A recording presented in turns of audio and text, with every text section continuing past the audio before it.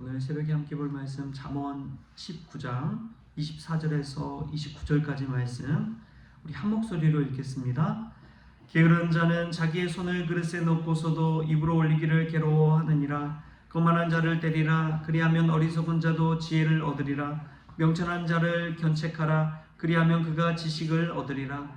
아비를 구박하고 어미를 쫓아내는 자는 부끄러움을 끼치며 능욕을 부르는 자식이니라. 내 아들아, 지식의 말씀에서 떠나게 하는 교훈을 듣지 말지니라. 망령된 증인은 정의를 업신여기고 악인의 입은 죄악을 삼키느니라. 심판은 거만한 자를 위하여 예비된 것이요 채찍은 어리석은 자의 등을 위하여 예비된 것이니라. 아멘. 할렐루야. 오늘 새벽에 기도의 자리에 나온 여러분들에게 하나님의 놀라운 응답과 은혜가 있기를 주님의 이름으로 축원합니다. 어제 참 필요한 게 있어서 이 당근을 하는데 그 사무실에 하얀 책장을 놓는 게 필요했습니다. 기존에 이제 두 개가 사이즈가 딱 맞아서 옆면에 놨는데 정면에도 하나 있었으면 좋겠다 하고 당근을 열어서 찾아보니까 진짜 다 똑같은 하얀색 화이트 컬러의 책장이 올라와 있더라고요. 그래서 가서 이제 어제 받아왔습니다. 근데 그분이 산지 4개월밖에 안 됐대요. 되게 상태가 좋더라고요. 그래서 야, 정말 하나님께서 제가 가지고 있는 것보다 더 좋은 것을 채워주셨구나 하는 그러한 은혜를 받았습니다. 하나님은 우리를 보시고 정말 꼭 필요한 것을 때에 따라서 채워주시는 분인 줄 믿습니다. 어떻게 알고 이렇게 놀라운 은혜를 주셨는지요. 이런 작은 곳에서도 하나님의 채우심과 하나님의 예비하심이 있는 줄 믿습니다. 그런 은혜가 오늘 하루 저와 여러분에게 있기를 주신 예수님의 이름으로 축복합니다. 오늘 또 잠언 말씀 보면은 깨달을 수 있는 것이 있습니다. 거만한 자, 어리석은 자, 그러한 자가 지식을 얻는 법이죠. 그것은 견책하고 때리는 것입니다. 우리가 아무리 하나님 말씀, 좋은 말씀 들어도 귀에 들어오지 않을 때가 있죠. 그런데 하나님께 맞고 난 이후에는 하나님 말씀이 속속 들어옵니다. 우리가 평안하고 아무 문제 없을 때는 모르는데 사실 문제가 있을 때 그 문제를 통해서 하나님의 말씀이 깊이 와닿을 때가 있어요. 그냥 아무 일 없을 때는 모르지만 삶의 어려움을 만났을 때 성경 말씀 보면은 얼마나 위로가 되고 힘이 되고 나에게 주시는 말씀처럼 다가오는지요. 여러분, 사람이 그와 같습니다. 사람이 얼마나 간사한지 몰라요. 사람은 죄인이구나라는 것들을 깨닫는 것이 바로 그것입니다. 하나님께서 은혜 주셔서 평안 가운데 살 때는 모르지만 어려움이 닥치고 고난이 탁 닥치고 질병이 찾아오고 그때서야 하나님의 말씀으로 받게 되는 것이지요. 자식들도 마찬가지더라고요. 아무리 말하고 잔소리해도 들어요, 안 들어요? 그런데 어린 자녀들 정말 매를 한번 싹 들면 일사불란하게 움직입니다. 얼마나 빠르게 움직이는지 몰라요. 자, 방 치우자 수십 번 말해도 움직이도 않던 다른 자녀들이 자기 방 치우는데 매 한 번 탁 들면 얼마나 정리 잘하는지 군사훈련을 받은 것처럼 그렇게 깔끔하게 정리하는 것을 보게 됩니다. 그럼 하나님의 말씀은 사실은 우리에게 주시는 죽빗소리와 같은 말씀입니다. 우리의 생명을 살리는 말씀이고 우리의 삶을 정리해주는 말씀이고 우리 신앙생활의 문제를 해결해주는 말씀이에요. 근데 그 말씀을 우리가 듣고 실천해야 되는데 실천하지 않는 거예요. 잔소리처럼 듣고 마는 거예요. 그러니까 변화가 있어요, 없어요? 없는 것이죠. 엉킨 신타래가 풀릴 수가 없는 거예요. 왜냐하면 그걸 풀려고 하지 않으니까요.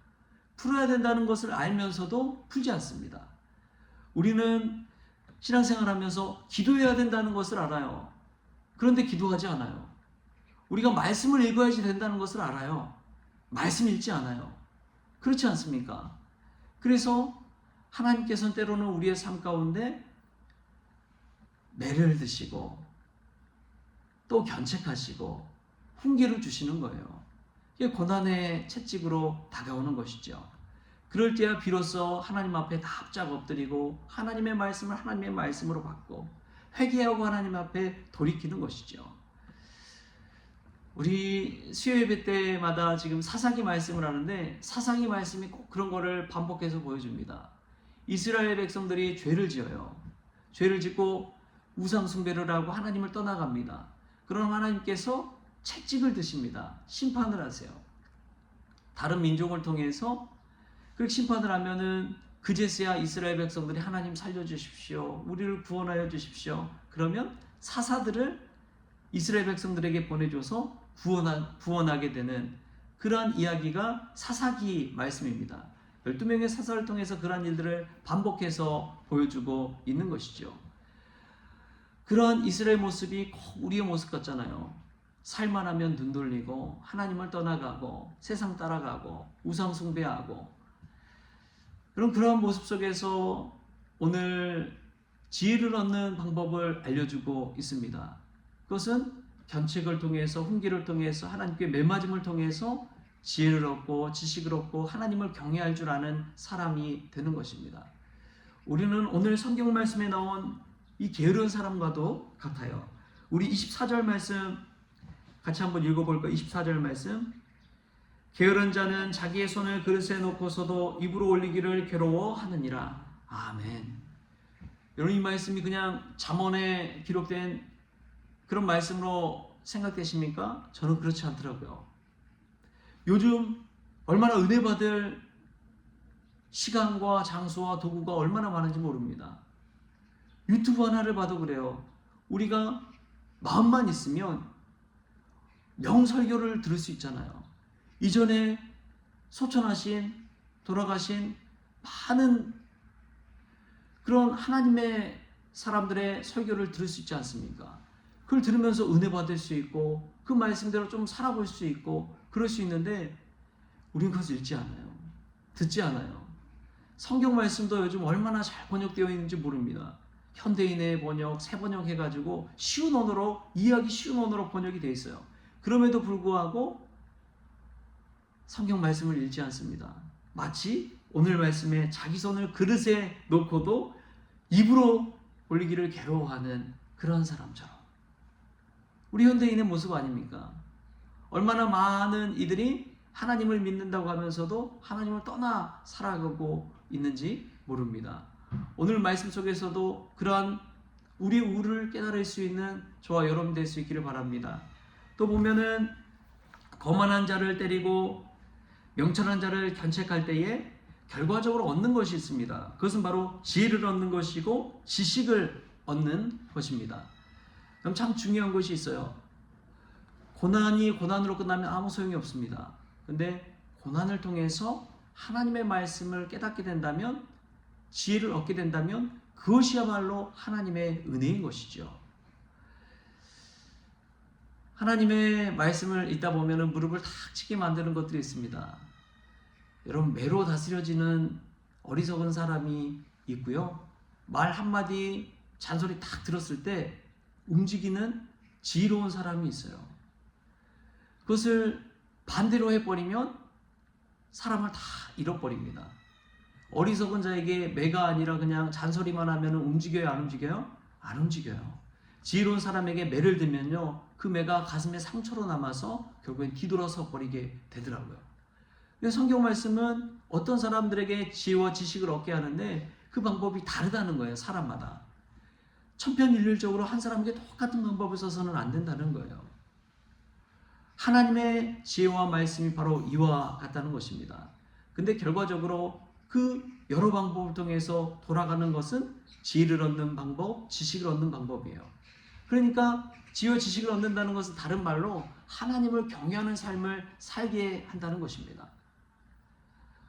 어리석은 자든 지혜로운 자든 하나님께서는 하나님을 경외하길 원하신다는 것을 오늘 말씀을 통해 우리에게 깨닫게 해주시는 것이죠. 여러분, 우리가 지혜와 지식을 얻어서 세상에서 성공하기 위해서 하나님께서 그런 은혜를 주신 것이 아닙니다. 하나님을 경외하기 위해서 그런 은혜를 주시는 거예요. 고난이 은혜가 되는 것은 하나님을 경외하게 하기 때문에 그렇습니다. 우리가 하나님의 말씀 속에서 교훈을 깨닫고 깨달음을 얻게 되는 것은 하나님을 경외하기 위해서 그런 것입니다. 여러분, 그런 하나님을 경외하게 되는 은혜가 있기를 바랍니다. 여러분의 삶 가운데 고난이 찾아왔을 때 그 고난을 통해 하나님을 경외할 수 있게 되기를 축복합니다. 여러분에게 주시는 하나님의 메시지를 들을 때 그 말씀이 은혜가 되는 것은 나의 존재가 어떠한 존재인지를 깨닫고 나는 죽을 수밖에 없는 존재구나 라는 것을 깨닫고 하나님을 경외하는 삶의 방향을 향해 트는 것이죠. 그것이 바로 하나님께서 기뻐하는 것이고 하나님이 우리에게 원하시는 것입니다.